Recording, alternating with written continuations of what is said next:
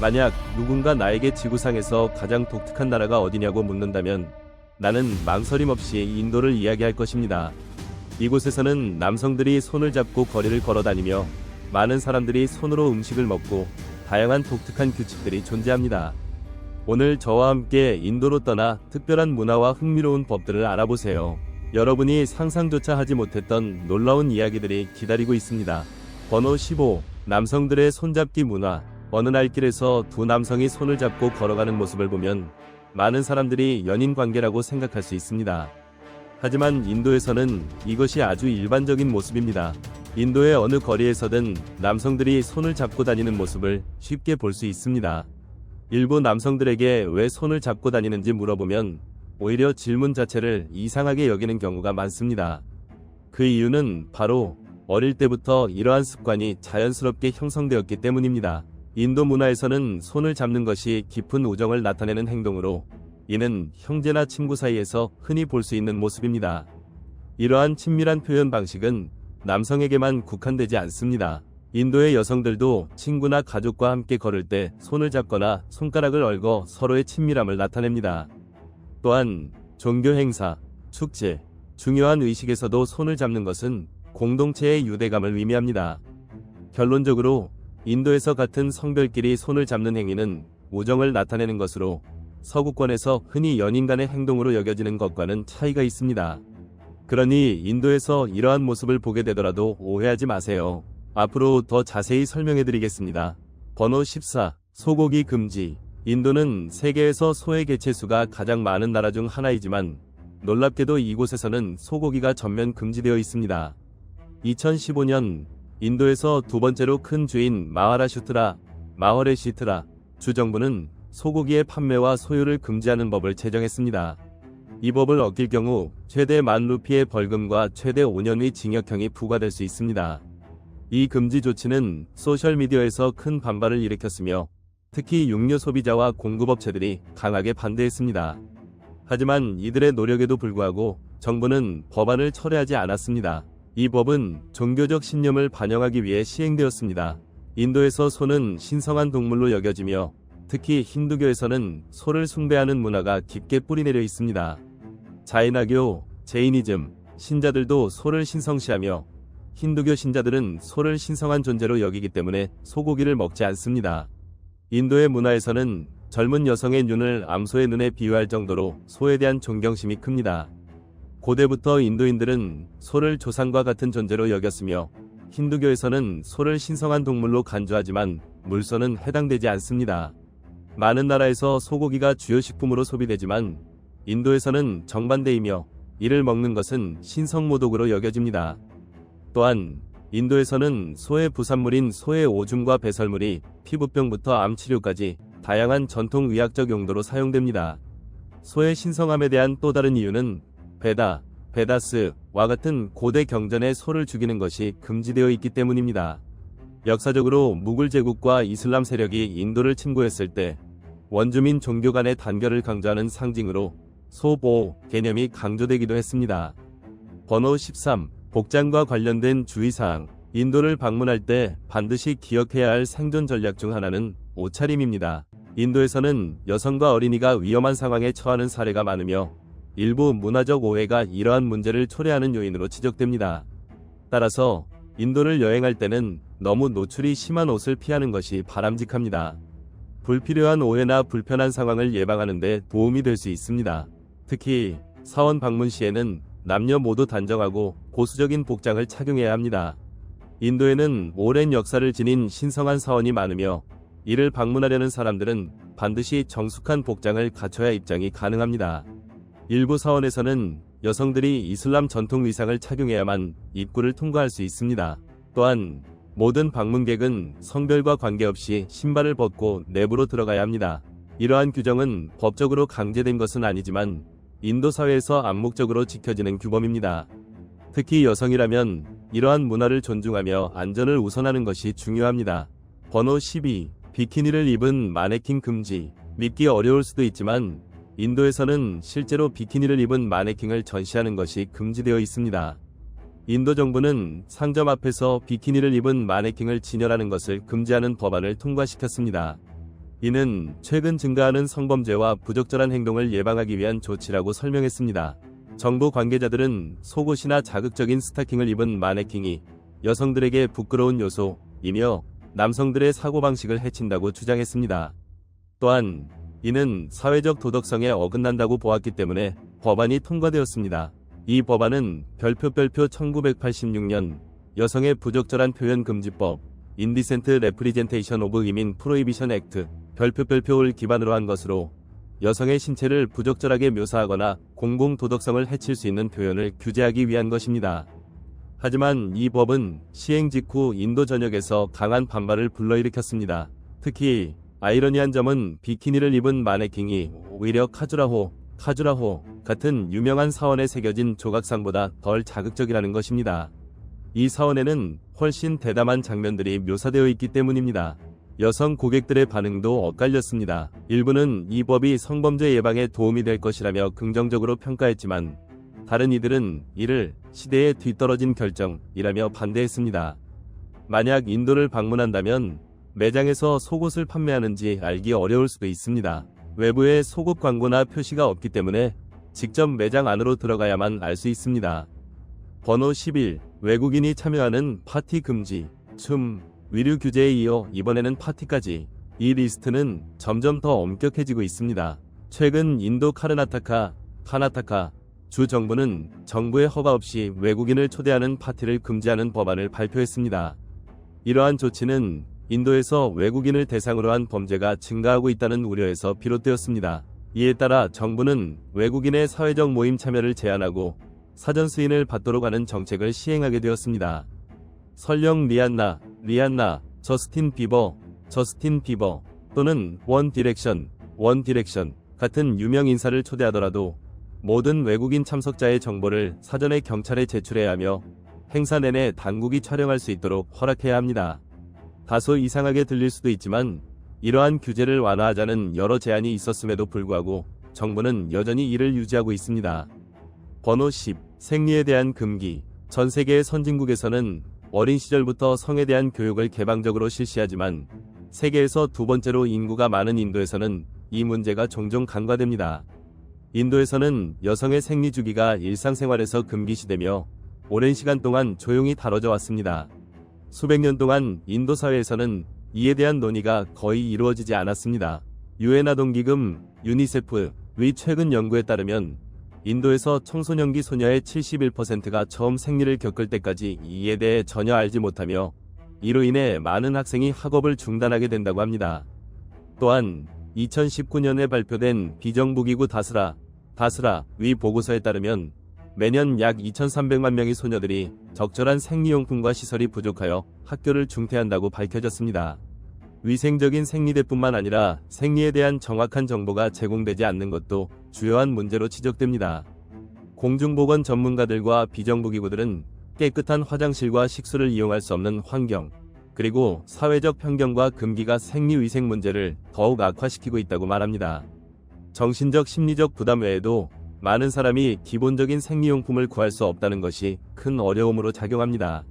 생리에 대한 문화적 사회적 금기와 제한으로 인해 소녀들이 과학적 사실과 위생적인 관리 방법을 알지 못하는 경우가 많으며 이로 인해 건강 문제가 발생하기도 합니다.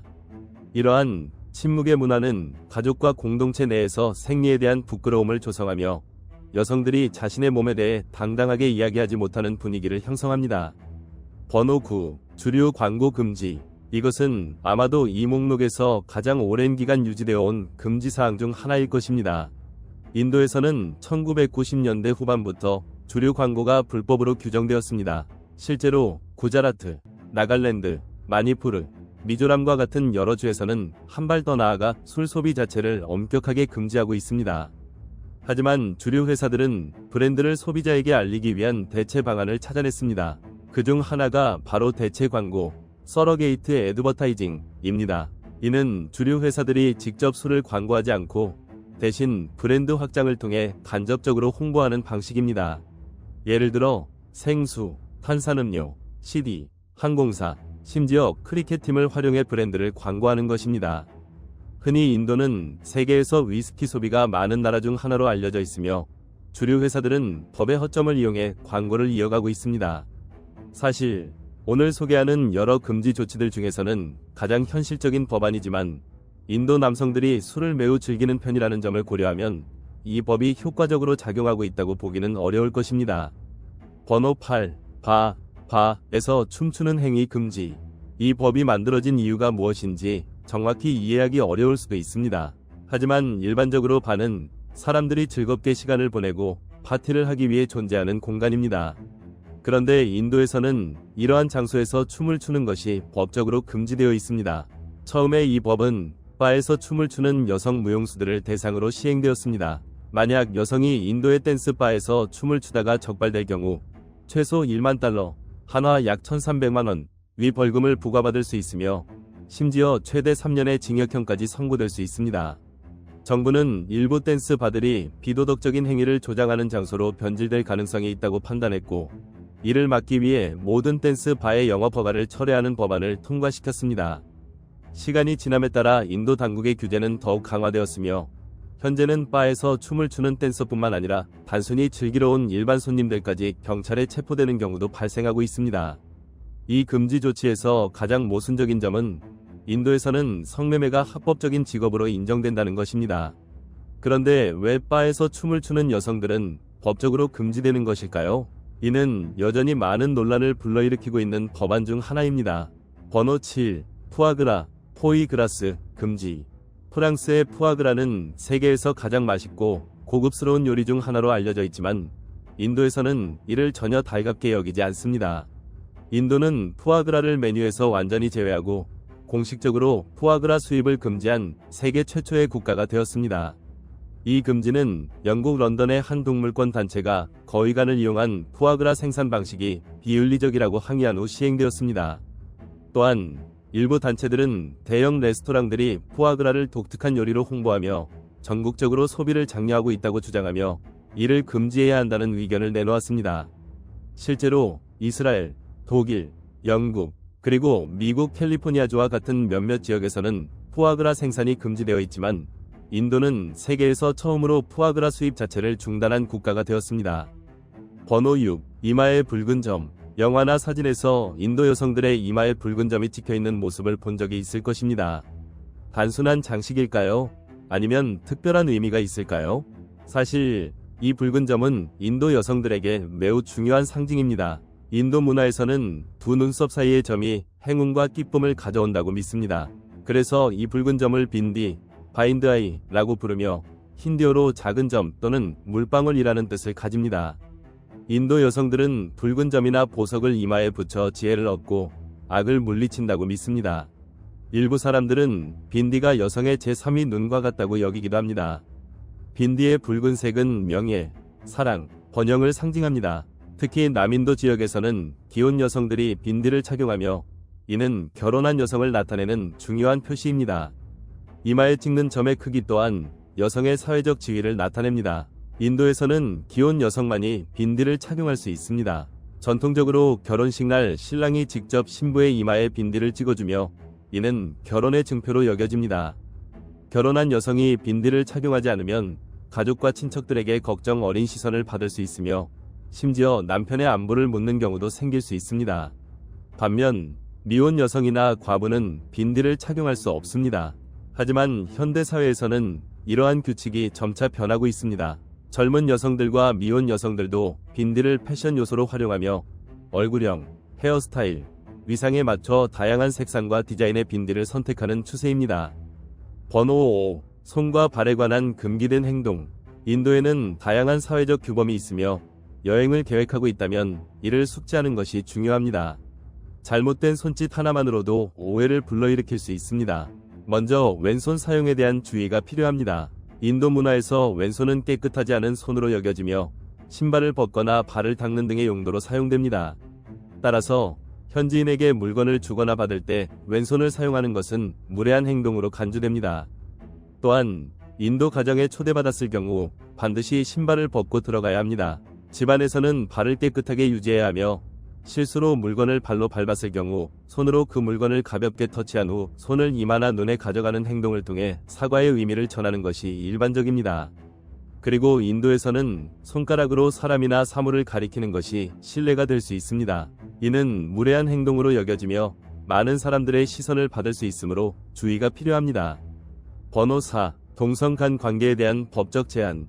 인도에서는 문화와 전통에 따라 동성 간의 관계에 대한 법적 규제가 존재합니다. 세계 여러 나라에서 관련 법률이 변화하고 있으며 프랑스, 브라질, 덴마크, 아일랜드, 미국 등 일부 국가에서는 동성 간 관계를 법적으로 인정하고 있습니다. 한편 인도에서는 전통적인 가치관을 중요하게 여기며 이에 따라 동성 간의 관계에 대한 논의가 지속되고 있습니다. 2009년에는 관련 법률이 일부 완화되었지만 2013년 인도 대법원에서 기존 법안을 다시 적용하기로 결정하면서 이에 대한 다양한 의견이 나오고 있습니다. 이와 관련하여 인도 내에서도 여러 관점이 존재하며 사회적 논의가 계속되고 있습니다. 번호 3. 손으로 먹는 식사 문화. 인도에서는 손으로 음식을 먹는 전통적인 식문화가 있습니다. 많은 사람이 식사할 때 손으로 음식을 섞고 떠서 먹는 모습을 보고 궁금해할 수도 있습니다. 하지만 이 방식은 단순한 습관이 아니라 오랜 역사와 전통 의학인 아유르베다, 에이어브다와 관련이 있습니다. 아유르베다에 따르면 손으로 음식을 먹는 것은 건강에 유익한 습관입니다. 손을 사용하면 음식의 온도를 직접 느낄 수 있어 너무 뜨겁거나 차가운 음식을 피할 수 있습니다. 또한 손끝의 신경이 뇌에 신호를 보내 소화 과정이 원활하게 이루어질 수 있도록 돕습니다. 뿐만 아니라 인도에서는 손으로 음식을 먹는 것이 단순한 식사가 아니라 정신적인 교감의 과정이라고 믿습니다.